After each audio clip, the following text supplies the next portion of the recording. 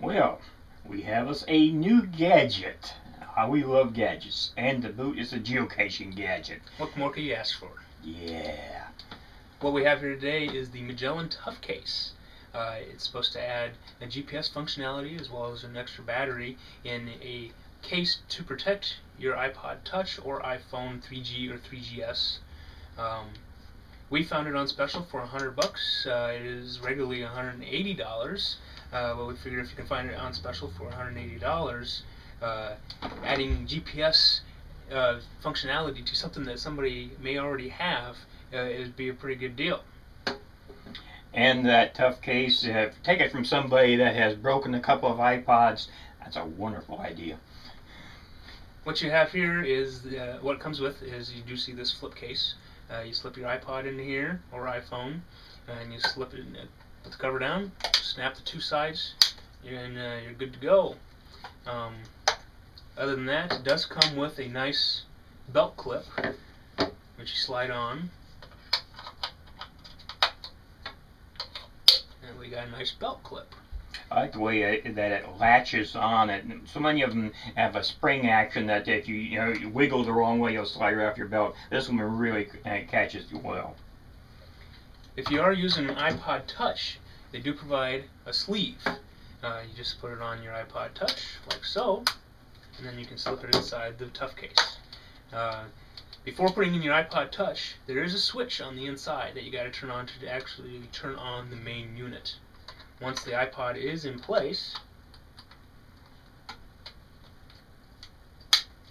then there's a power button on top and here on the left for an iPod Touch. If you're using an iPhone, the power button is on the top right.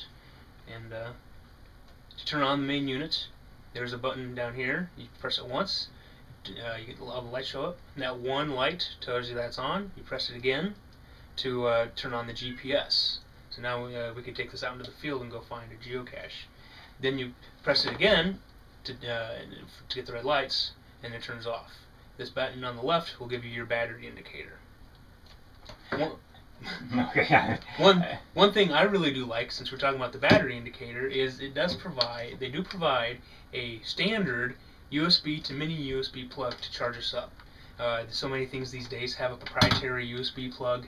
It's nice to see that they do provide a non-proprietary standard USB plug to charge up. And what I was so eager to interrupt with is the apps that are available that are linked to a GPS. And on the iPhone, I have heard incredible things about them. But if you are not a fan of the carrier for that phone, we've been deprived up until now, it looks like. Yeah, as far as we know, we could use this with geocaching with Geosphere, MotionX GPS, the Where I Go platform with Pygo. There's probably a whole host of things out there you can use to put on here. Not to mention astronomy. So you'd be able to hold it up to the sky and see what your stars you're looking at and identify them, get all the information. This is really exciting.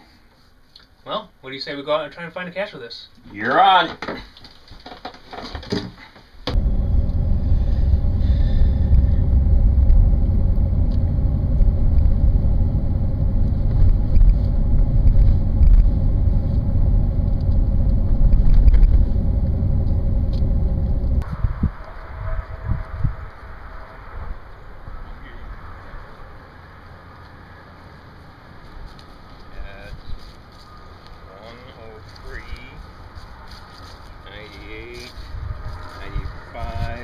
How are you doing?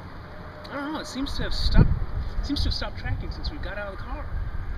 You know, I've restarted the GPS several times on there, but it just seems to stop functioning. It seems to when I get below when I get to walking speed, it just seems to stop transmitting data. Yeah, right now the arrow is pointing the exact opposite of mine.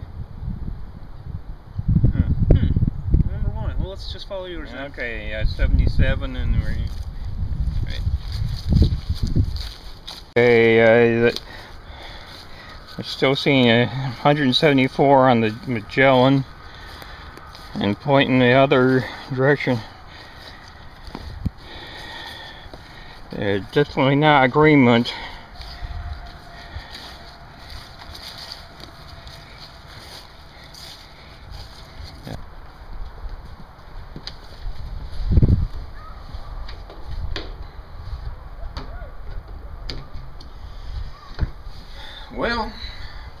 We tried. What do you think? Well, for its design, it's supposed to protect the iPod, and I think it does a really good job of that. In the time that we've had this, I dropped it a couple times. It is kind of big. Dropping it was almost an inevitability. Yeah. But as for the GPS and geocaching, it doesn't seem to track when you're walking. It does fine when you're driving, but as soon as you get to below speed, you get to walking, it stops sending information to you or whatever. Yeah, and what about the charging? We had that thing on all night long, and still only got 3 bars.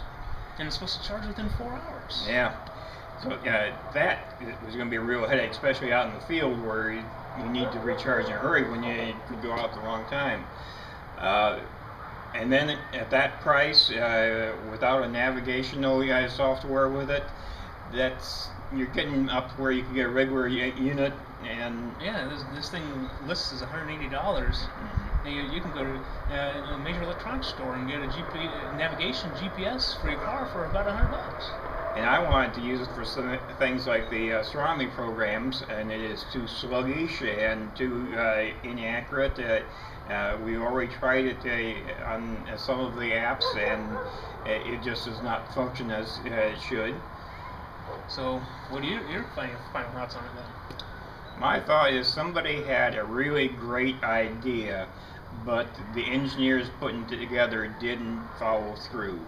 It wouldn't take a whole lot of tweaks to make this thing a really great item, but for me right now, I'm sending it back.